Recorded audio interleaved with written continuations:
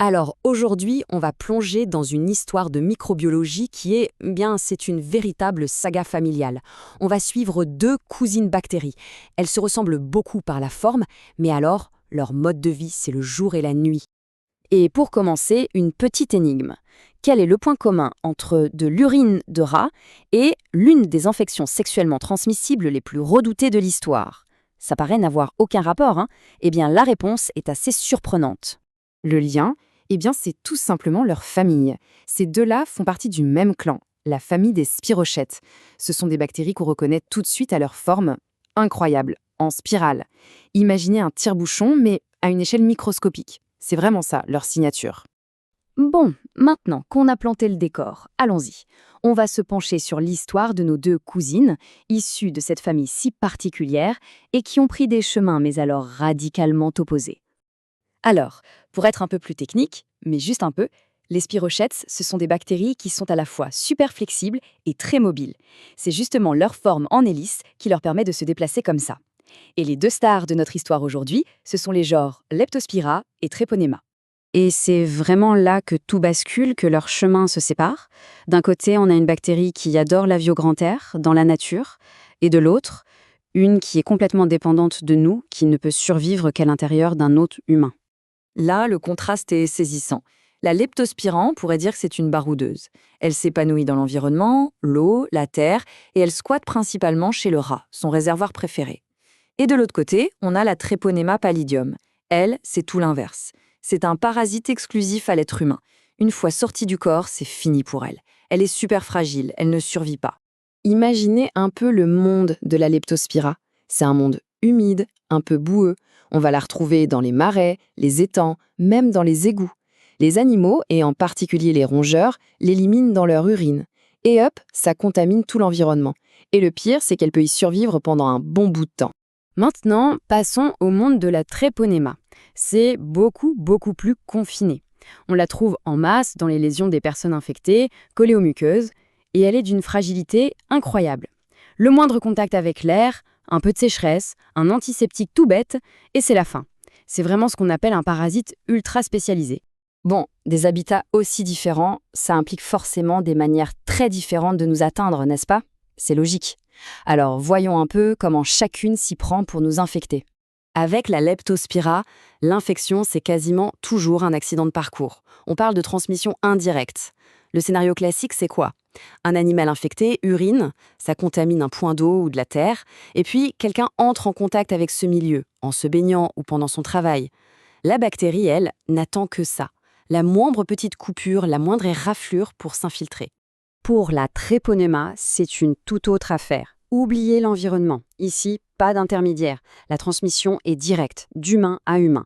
La voie royale pour elle, c'est le contact sexuel, car elle passe à travers les muqueuses. Autre voie possible, plus tragique, de la mère à son bébé pendant la grossesse. La transmission par le sang, ça peut arriver, mais c'est vraiment exceptionné. Ok, les bactéries sont entrées.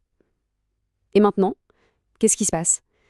Eh bien, les maladies qu'elles déclenchent, la leptospirose et la syphilis, sont aussi différentes l'une de l'autre que leur mode de vie respectif.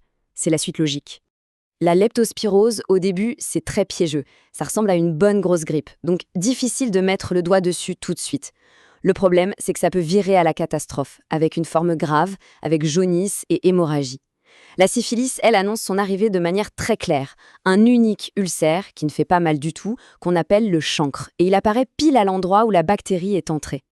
Et le truc avec la syphilis, c'est qu'elle évolue comme une série en plusieurs saisons. D'abord, le stade primaire. Le chancre apparaît, puis il disparaît tout seul. Ensuite, le stade secondaire. La bactérie se répand partout dans le corps, ce qui provoque des éruptions et des lésions super contagieuses. Après ça, la maladie peut faire une longue pause, une phase de latence qui peut durer des années. Et enfin, parfois, le grand final tragique, le stade tertiaire, où elle s'attaque au cœur, au cerveau, c'est dévastateur. D'ailleurs, revenons juste une seconde à la leptospirose. Il ne faut surtout pas la prendre à la légère. Quand elle passe à sa forme sévère, celle avec la jaunisse et les hémorragies, on ne rigole plus du tout. Le taux de mortalité se situe entre 15 et 40%. C'est énorme. Alors forcément, avec deux maladies aussi différentes, les stratégies pour poser un diagnostic ne vont pas du tout être les mêmes. Chaque cas demande une approche spécifique. Pour la leptospirose, la stratégie, c'est la recherche directe. On essaie de prendre la bactérie la main dans le sac. Au tout début de l'infection, on la cherche dans le sang. Un peu plus tard, elle sera passée dans les urines, donc on va regarder là. Et sinon, on peut aussi chercher les traces de son passage, c'est-à-dire les anticorps. Pour la syphilis, par contre, c'est une autre paire de manches. Et là, il y a un point absolument capital, la bactérie est non cultivable, c'est-à-dire qu'on ne peut pas la faire pousser en labo. Impossible. Du coup, pas le choix, on doit utiliser une méthode indirecte. On ne cherche pas le coupable, mais les témoins du crime, les anticorps dans le sang. C'est ce qu'on appelle la sérologie. Et c'est un excellent exemple de la rigueur nécessaire en médecine. Les règles sont très claires là-dessus. Pour être certain du diagnostic de syphilis, un seul test ne suffit pas. On doit, et j'insiste sur le mot doit, toujours associer 2 tests différents. Alors, comment ça marche en pratique? En général, on combine un test qu'on appelle TPHA avec un autre, le VDRL. Regardons les cas de figure. Si les 2 sont négatifs, ouf, a priori, pas de syphilis. Si les 2 sont positifs, là, c'est quasi certain, on a une syphilis active. Et puis, il y a le cas un peu plus subtil. TPHA positif, mais VDRL négatif. Ça peut vouloir dire qu'il y a eu une syphilis dans le passé. C'est un peu comme une cicatrice laissée dans le système immunitaire. Donc, pour résumer tout ça, on a bien 2 cousines, mais avec 2 destins complètement opposés. L'une, c'est l'aventurière de l'environnement qui nous infecte par accident, l'autre, c'est la parasite dépendante qui ne peut pas vivre sans nous. Habitat, transmission, maladie, diagnostic, tout est différent. Et tout ça, ça nous laisse avec une question vertigineuse, non? Comment est-ce possible que 2 organismes si proches à la base aient pu évoluer de manière aussi radicalement différente? Comment l'une est devenue une opportuniste de l'environnement et l'autre un pathogène ultra spécialisé de l'être humain? C'est une illustration parfaite de la puissance de l'évolution.